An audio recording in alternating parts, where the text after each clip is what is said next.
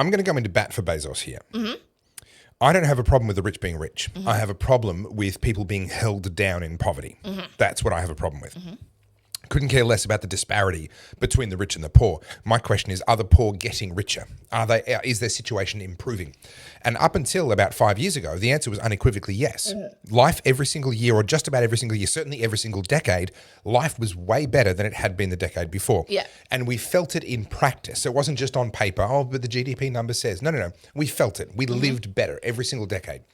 Well, it's all relative too, because I think a lot of people get used to what their current reality is and not realise that like 50 years ago we didn't even have colour TV, and before that we didn't have hot showers, and before that we didn't have electricity. So if I said to you, hey, we can have absolute equality, but what we're going to do, and Jeff Bezos, he's going to be the same as you. We're going to knock him off his perch, bring him all the way down to your level.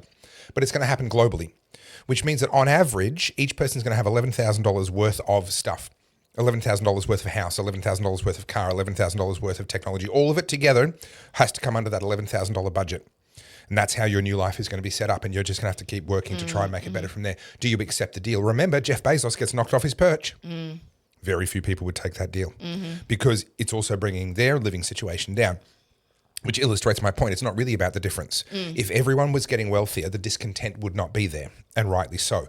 Now, because we see ourselves getting poorer, and we are, the numbers show that very, very clearly, our quality of life is dropping. We're down to about 2012 levels now. So we've wiped out what should have been 15 or 13 years of progress, has now all been wiped out.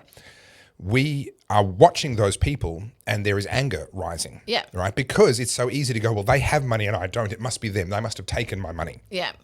Nothing could be further from the truth, but that's a very, very easy sell when people are feeling the pain. But where I get really cynical about this is that drop in our quality of life has been engineered by politicians. That was going to be my point. So G and I had this conversation over the weekend, and I said, like, I understand the sentiment, and I've been going out of my way much against, like, me wanting to do this, but to try and watch left-wing political commentators and also read some of their articles to see what the sentiment is. And the sentiment is very much like tax the rich, right? And, billionaires is now the evil, the evil genius, right? That's who their villain is. It's not the politicians. It's not the government. It's not the policy. It's the billionaires. Yeah, because the politicians are only worth tens of millions. They're not the problem. Well, some of them are, like, what's it? Nancy Pelosi's worth hundreds of millions. And so, But she did it on a $400,000 a year salary. There's no corruption there. Just so happened that she was just... She's a genius with the stock market. Oh, my goodness. And so, again, this is misdirected anger at people, but the politicians are really good at saying we need to go after Elon Musk, we need to go after Bezos. And they feed that because they don't want people to realise who the real problem is. And what I found really interesting around this Lauren Sanchez and Jeff Bezos wedding was the celebrities who are multimillionaires in themselves coming out and chastising these people. Yeah. So Charlize Theron, she's like as woke as they come, basically saying, I didn't get an invite because we're just the plebs, but fuck them, we're cool. Yeah. You are worth millions of dollars. You're an ambassador for Christian Dior. Who are you to be lambasting Jeff Bezos? Talk about out of touch. Like, that response is every bit as out of touch as renting Venice. Even better, Rosie O'Donnell, also a multimillionaire, chastising it. She wrote a poem about it, and it was so fucking insufferable. I'm sure it was amazing. I won't put you guys through it, but if you want, it's on her Substack. Rosie O'Donnell said that if we took away guns, then we wouldn't have mass murders and mass shootings. And someone pointed out to Rosie O'Donnell that if we took away spoons, we wouldn't have people as fat as Rosie O'Donnell. But you can't have everything in life, I guess. Funny. But I love watching celebrities get petulant. I don't follow celebrities, as you know. This is not my bag. But watching them get all very self-righteous. They are in the 0.001% of the world, right? If you're in Australia and you're watching this and you earn more than about $50,000 a year, I got news for you. You're in the top 1%. Yeah. You're already there, right? Those people that you look at and go, oh, the 1%. No, they're not the 1%. You are. They're the 0.001%. The Jeff Bezos are the 0.0000001%, right? We get mad at them, completely oblivious to the other 99% of the planet that's looking at us going, can I swap? Please, if you're someone happy, can I please trade with you?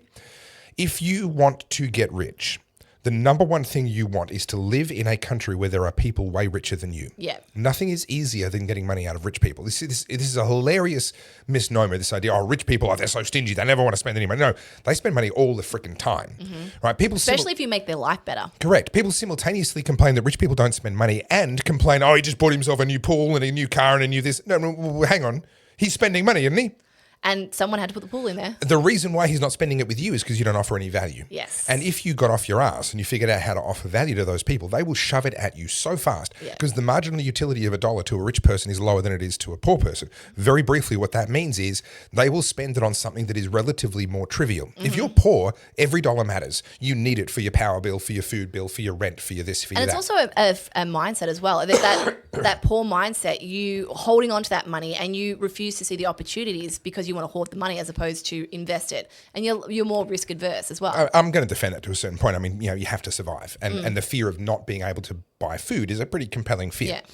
But as someone becomes wealthier, they will, instead of buying the car that they can afford, the cheapest one they can find, they go, well, I like that car better because I like the feel of the leather.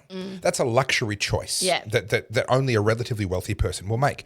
And so now there's opportunities to make money because they're going to spend it for increasingly trivial reasons as time goes on. And I mean, generosity as well, charity, etc., flourishes when there's wealthy people. The disparity in wealth is not the problem. The problem is that politicians have manufactured a world where it is getting harder and harder for non-wealthy people to survive. Our quality of life is dropping for the first time outside of wartime in hundreds of years. That is a completely manufactured crisis that politicians have created and they are now using to stoke discontent. Yeah. The other thing is too, and this is something that Jay and I were talking about, your Bezoses and your Musks and your Bill Gates and all that sort of stuff, they can accumulate wealth that then basically buys them power. Yep. They're able to pay off that person. They're able to lobby and all that sort of stuff. And I think that resentment, again, it's misdirected at the billionaires because they're able to do things. But everyone likes to think they wouldn't be the person that would also do that.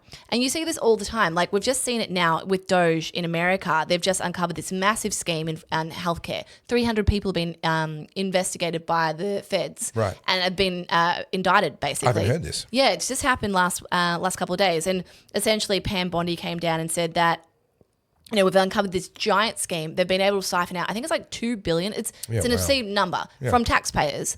And this is the thing, that malevolence there is like when you see that opportunity to exploit that, it's much like the expense allowance, right? Yeah. And I would, politicians. And whenever people get on their high horse and say, I wouldn't be like that, I'm like, but you already are. Yeah. If you're in your workplace, remember when workplaces, I don't think they have this anymore. But workplaces used to have like a stationery cabinet. Yeah. And you could walk in there and grab a pen or a pad or whatever. My sharpener collection, you should have seen it. How many people used to take a few extra pens home for their kids? That's already, that's the beginning. That you're scamming the expenses allowance. Correct. Yep. You think that's nothing. It's not the same thing yet, is it? It is. It's exactly the same thing, just applied to smaller value things. Yeah. And then that moves across. So when you're in that middle management position and you get your budget of 100,000, you might push it just that little bit because you need more budget, because you need more help, whatever. But a lot of that 100,000 will probably be paying for dinner or paying for this or paying for that. So you are exploiting it, and everyone likes to think they're above that. But no, the second you have that opportunity or you see that loophole, you're seeing it with the NDIS. That's a perfect example. We are spending, what is it now? 20% of Australia are basically more than what we spend on defence. But the NDIS has 20% of the Australian population on it. 20% of the Australian population is classified disabled. Is it the whole population? I know that certain age groups have a huge proportion. I think it was 20% of the Australian population is on NDIS. Which is or labelled disabled. Yeah, and if everyone's disabled, no one is. And this is the thing. So 1 in 5 people are disabled, and that does ring a bell. Actually, now that you say it like that, I'm pretty sure it was 20%. This is why I should have my articles up. But this is what happens when we go on tangents. But in that, okay, so I've looked at some of these cases, and this was a big one a couple of years ago. It's the discussion around the Thermomix. Now, the Thermomix is a luxury appliance. Sure. I did have one. I got caught up in the whole, this sounds great. Yeah. Do you know what I used my $1,500, oh no, it was worth, I think it was $1,800 Thermomix to do? Right. No. I used it to make porridge. Oh, yeah. It showed me all the things that I could do with Well, it. I mean, thank God for Thermomix because there is no other way to make porridge. Correct. You couldn't possibly do it on a stovetop, in a microwave. We're using hot water from a kettle. There are no other options. It's one of those things. It was a massive wave, and I went to one of those places where they do the exhibition. You became a Tupperware lady, didn't you? I 100%. You just went for the cult. This is when I was in my paleo way, and I was. You joined all the cults. Oh, I did. I was young and susceptible. CrossFit. Yeah. Oh, dude, I was at Jonestown. I drank that, That Kool-Aid. Kool-Aid, you asked for seconds. I was in there. I was a little fitness energizer bunny. And, because back then, like, I was already on that bandwagon of not eating seed oils and not having any preservatives. And, Sure. like, we were hardcore about it. Yeah. So I was like, I can make my nut butter from scratch. Oh, yeah, lovely. Did Yeah. I ever? No. No, of course I didn't. I will though say that I have a neighbour down the street. I'm not going to say your name, but if you're watching, hi. He makes fantastic use of his Thermomix. Oh, look, they are brilliant. I've been to his house and I've sat there and he's just, I don't know, and we're just chatting and he's just using it and like he gets great value out of his. No, this is the thing. It is a great appliance if you aren't very good at cooking yourself. So if you're someone that's not necessarily adapted, being on the stove and having all your pots going and all that sort of stuff, then sure, there's nothing wrong with it. But now on the NDIS, it is so easy to be eligible to get I think they're now worth $3,000 because they're all digital. You can easily obtain a Thermomix, right? So all of a sudden, NDIS funded Thermomixes. it's a thing. Go look it Wow. up. It's a thing. And they're saying it's so easy. Now, I know someone who is on NDIS and who actually needs it. This person has no limbs. Yeah. So from I actually won't even go into detail. I don't want to tell who the person is. But yeah, so no feet, no shins, Wow. and no hands, right? Properly disabled.